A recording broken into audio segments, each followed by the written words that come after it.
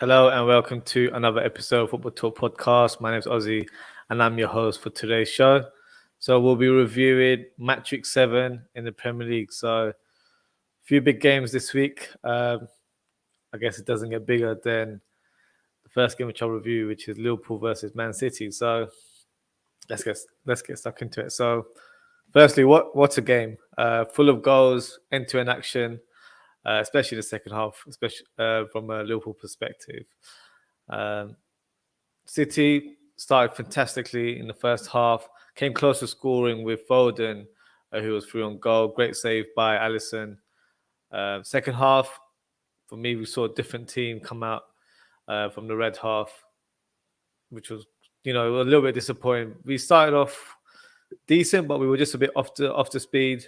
Maybe we were just showing a bit too much respect to Man City in terms of the quality, but we were a little bit more fired up second half, which was great to see. So the first goal itself, what a great run and through ball by Mo Salah, and lovely finish by Sadio Mane, who looks to be slowly getting back to his normal self, which is fantastic to see. So from a Liverpool perspective, very, very, very positive indeed.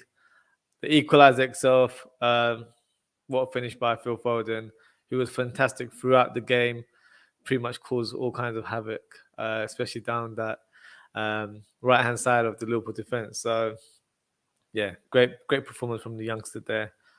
Talking point of the game is Milner's challenge on Bernardo Silva. So, I understand the frustrations from City fans and from Pep, who went berserk throughout the game, was pretty much upset for a good 20 minutes afterwards as well. But I would like to say that the foul that Milner sort of made on Bernardo Silva, yes, that is a foul. But that's not the foul that was awarded at the time. It was Henderson's sort of tackle before that incident happened. So therefore, it's irrelevant what happens afterwards. So for me, that was the correct decision. I know some might not agree with that, but that's just my view there. Let me know what you guys think regarding that incident there. But back to the game, Liverpool's second goal, what a beauty. Spectacular goal by the Egyptian king. I've watched it several times and to be fair, can't get enough of it. What a goal it was. City were able to equalise again with a deflected Kevin De Bruyne shot. It's his first time scoring at Anfield, which is a special moment for a boyhood Liverpool fan. So, yeah, he's a Liverpool fan, Man City guys. So, overall, entertaining match. And to be honest, it's the main fixture of the Premier League, I would say. It's always one of the ones that I look forward to. Obviously, the rivalry with, local team Everton, but also Manchester United with the history. But the last few years, this has been sort of the exciting fixture in the season. So, overall, fair result, in my opinion. I would have taken a draw before the game, to be honest with you. This means that we're still undefeated in the league. But from a Liverpool perspective, before we move on, I do have a slight concern in terms of our recent performances, in particular our defence. So I feel like we look a bit fragile, and we seem to lose focus as the last 2-3 games we've conceded goals in winning positions. So we conceded 2 free goals against Milan in like a space of a couple of minutes, 3 against Brentford. We were in winning positions throughout that game. And same situation here against Man City, we concede 2. So I don't think there needs to be wholesale changes in the team because I've been impressed with Van Dijk. I know he's not quite there. I think he's 90% there. He will take time to get into full speed. And Matip, I've always been impressed by, and I feel like they've formed a great partnership so far this season. So for me, it's the midfield. I know tactically we have slightly adjusted from an attacking perspective, where we're a bit more sort of adventurous. Well, one of our midfielders, as in one of the number 8s, it goes forward a bit more. So that'll probably include the player that plays on the right hand side. So before it's Harvey Elliott. Now Henderson tends to go forward quite a bit. So for me, the midfield needs to be compact a bit more. That's the foundation that was built previously with our success under Klopp. So it's one of those things where it's small adjustments, no alarm bell at this stage. But having said that, it is a slight concern as we're conceding quite a few goals. And prior to that, we were doing really well. We weren't really conceding that many goals. So let's see how it goes. We've got international break coming up, so hopefully back refreshed in a couple of weeks' time, and then raring to go in the next fixture. So overall, a fair result. Couldn't complain more, to be honest with you. Next fixture, Chelsea versus Southampton. So a very dominant performance by the Blues here. Silva opens the scoreline with a header from set piece. Werner was actually scored a great header from close range, but unfortunately was ruled out for a foul which was from Azpilicueta on Kyle Walker-Peters. So me personally, I think it was a bit harsh. It was a foul, but I felt like the attacking team should have got the advantage there, which is a shame, as it was a good move from Chelsea. But nevertheless, it allowed Southampton to go on, and they were able to get a penalty from a flamboyant run from Livramento, who's been a fantastic signing for his new club and also a former Chelsea player, ironically. So really impressed in terms of how he's performed. He played a bit more advanced in this match, so it shows his quality as a player, but also he can adapt into different positions, which is fantastic to see from a youngster. For all you FPL managers as well, a good option to have in your team. 4.2 million, I believe, is his price. So a great cheap option to have in your squad. But back to the game, Ward-Prowse, Mr. Reliable, steps up and scores from the penalty spot. So 1-1 to equaliser from Southampton there. Turning point was actually the red card from Ward-Prowse on the tackle. For me, it was a late tackle, and I'll be honest, a few years back, it would probably be given as a yellow. But unfortunately, with VAR, who closely inspect these sort of tackles now, and the new laws that have been implemented in the last year or so, it's the correct decision. But me personally, I thought it was a bit harsh, and I think a yellow card would have been the right call, to be fair. But this gave Chelsea the ammunition to capitalize. And finally, Werner got on the score sheet. Great layoff by Azpilicueta from the right-hand side, and a simple tamping for the German striker there. So 2-1 Chelsea there. And Chelsea were able to get a third goal. Bit of a bizarre one, as Lukaku hit the post first and Azpilicueta hit the crossbar. But eventually came to Silva, who lashed the ball onto the roof of the net and made it 3-1. So great win for Chelsea there. Keeps them on top of the table right now. So positive signs for Chelsea there. Lukaku hasn't scored last couple of games, so nothing to be concerned about. But I feel like it shows that, he won't be scoring countless amount of goals as people predicted. There will be games where he will have these sort of patches here and there. So interesting to see how it goes on going forward. Next fixture, Manchester United versus Everton. So firstly, I was very annoyed with Ole, who placed Bernardo on the bench. Pretty much messed up my fantasy team, as I made him captain as well. But yeah, really disappointed when I saw the lineup there. But back to reality, in terms of the fixture itself, it was a surprising decision. Forget FPL to one side, to not start Ronaldo that game. It certainly raised a few eyebrows, as I don't know, I'm not sure why he was rested, to be fair. The game itself, first half, Cavani was quite close to scoring with a header. Good save by Pickford. Demarai Gray, who's been very impressive this season, had an amazing run in the middle of the park. Smashes a shot from 25 yards. Great save by De Gea, who parries it away. But United were the team that were able to take the lead. Assist by Fernandes to Martial, who scores a deflected shot from the left-hand side.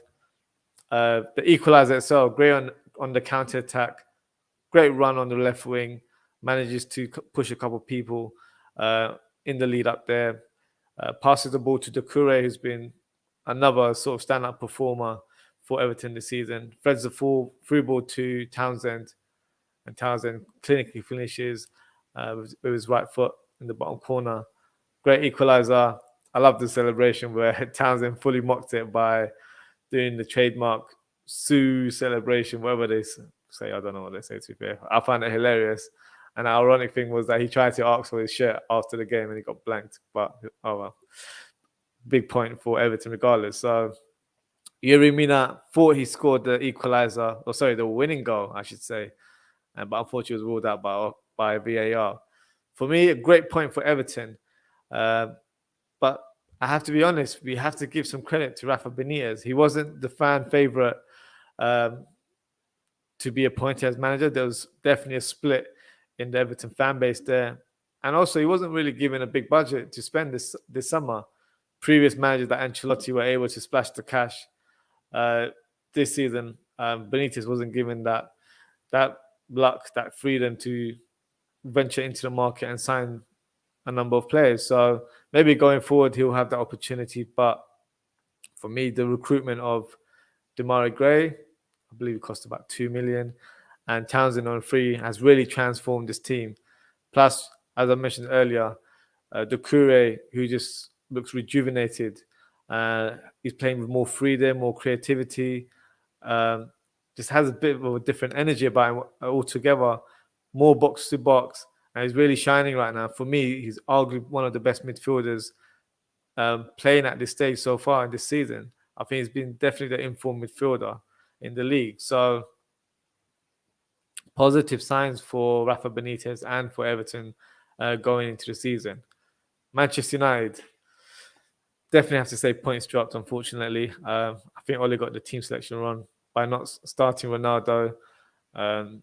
He's under huge pressure from the fans, which I find ironic, as a number of United fans, most United fans, were extremely happy when he was given the contract extension not so long ago. So I've just been hearing rumours today as well that Conte has been strongly linked to the club today. Personally, I don't see that happening anytime soon. But if he was appointed as United manager, it would certainly be a problem for all the other teams, I have to be honest. But I don't think his job is under sort of the limelight or the spotlight, I should say, at this stage. I know the results haven't gone their way so far, but still quite early on in the season. So with the international break approaching now, it's the perfect time for the coaching staff to analyse what's gone wrong in the last few weeks and try and improve on it when the players come back from international duty. So their next fixture is Leicester City, which is not an easy one, but it's one that definitely helped their season and improve their morale as well. So let's see how it goes for Manchester United, and let's see what the situation holds for Ole and his future at the club. Next fixture, Tottenham. So Tottenham back to winning ways against a very strong Aston Villa team. So opening goal, Højbjerg opens the scoreline with a nicely slotted shot in the bottom corner. Second half, McGuinn very close to scoring a spectacular goal, which just goes wide. But they managed to get the equaliser, which was a great team move overall. Nice pass by Target into the box, and Watkins arrives ahead of the defender and slots it in their post. So equalised at the time, neck and neck in terms of who will get that winning goal. And it was Spurs that were able to grab the crucial goal to get the win. Great run by Son on the left-hand side. Flashes the ball across the box. And Lucas Moura arrives with a simple tap-in. So overall, great win for Spurs. Kane still not firing all cylinders. He tried an audacious shot in the first half from like 30, 40 yards, which was saved by Martinez. But maybe it'll take a bit of time for him to get into that form again. He'll be in international duty, so hopefully gets a couple goals with England, and hopefully that form will be brought into his Tottenham form as well. But remains to be seen how that goes. And the final fixture I'll be reviewing is the Crystal Palace and Leicester City game. So entertaining game at Selhurst Park. Not the greatest of starts for Crystal Palace, unfortunately. So poor touch by Anderson, which leads to Iheanacho through on goal and pretty much finished it with ease. Worldie able to grab the second goal for Leicester. Nice finish from the left-hand side. Palace were able to grab one back with a half volley from Olise. And Olise was involved in the second goal as well, where he whips across into the box. And Schlupp was able to grab the equaliser with a neat header, bottom corner. So Schlupp could have actually got the winner there later on in the game. Close to grabbing the winner with a corner from Olise. Unfortunately, the ball just goes wide. Overall, good point for both clubs. Crystal Palace have definitely improved in the last few weeks. And I feel like Leicester City as well, slightly inconsistent, but they are getting the points here and there. So I think it's a fair result. Me personally, I was quite impressed to see Elise on the pitch make a good impact from the bench. A player with huge potential. I know at Palace they have a lot of hope and expect a lot from him going forward. So another young prospect to look out for in the future. So that wraps up my match weeks 7, the big games during this week. So what I'll do is I'll present my team of the week, which will be debatable for some. So let's quickly do this for you guys. So here we are. So the first player I've got on my team sheet is McCarthy. So I know Southampton lost and he was in the losing side, but overall, I'm very impressed with his performance. He made some crucial saves throughout the game. So that's why I've gone for him in my team of the week here. Back three, pretty much straightforward, I would say. Chalobah opens the scoreline for Chelsea, but also produced a solid performance. Llorente was the match winner for Leeds United, so he gets my pick there. And Azpilicueta produced 2 assists and had a solid performance like Chalobah as well. So that's my back three there. Midfield 4, have to put Phil Foden in there. Great performance, gave Milner a torrid time and lovely finish to open the scoreline for Man City in the fixture against Liverpool. So great start for the youngster there. Doucouré, another great performance and assist from him. Højbjerg, great finish to help Spurs get a win. And Townsend, another goal and great celebration to mock Ronaldo there. So yes, you can tell I'm a Liverpool fan. And my front three, player of the week. Can't look any further than King Salah there. Produced an assist for the first goal and scored the best goal of the week as well. So fantastic week. Really disappointed that I didn't make him captain my FPL, but that's another conversation there. Hee-Chan Huang, a player that I've been aware of for the last couple of years, especially when Liverpool played Salzburg in the Champions League. Very promising forward, really good in front of goal as well. So I'm not surprised to see his sort of early form so far this season. As when he was signed to Wolves, I thought to myself, that's a really, really good signing. Impressive performance from him. Good link-up play with Jimenez as well. So I feel like they'll be forming a great strike force for Wolves this season. And his 2 great goals as well. 1 left foot finish and 1 right foot finish. So lovely play from him there. And finally, I've got Werner in my team. Good performance and on the score sheet, unlucky not to get a second goal there, which was unfortunately ruled out for offside. So yeah, so that's my team of the week. I will be posting this on my Instagram, which you can follow me at ozzie.ftp. So if you've got any sort of opinions about my selections, annoyed if I've missed out one of your players or want to have a debate about this team selection, feel free to comment on my post there. So we can get rid of this screen. Okay. So I'll be speaking about FPL quite a bit. In terms of my overall performance, I will just double check and confirm what score I got. So I got 47 points, which is not too bad. The average was 38 points and the highest was 102. So yeah, not the best of weeks, but regardless, a decent performance. If I had made Salah captain, yeah, I'd be laughing right now. But there's one person in our FPL league who had a fantastic week. So our manager of the week is Belisani Tofik. Sorry if I pronounced your name incorrectly there.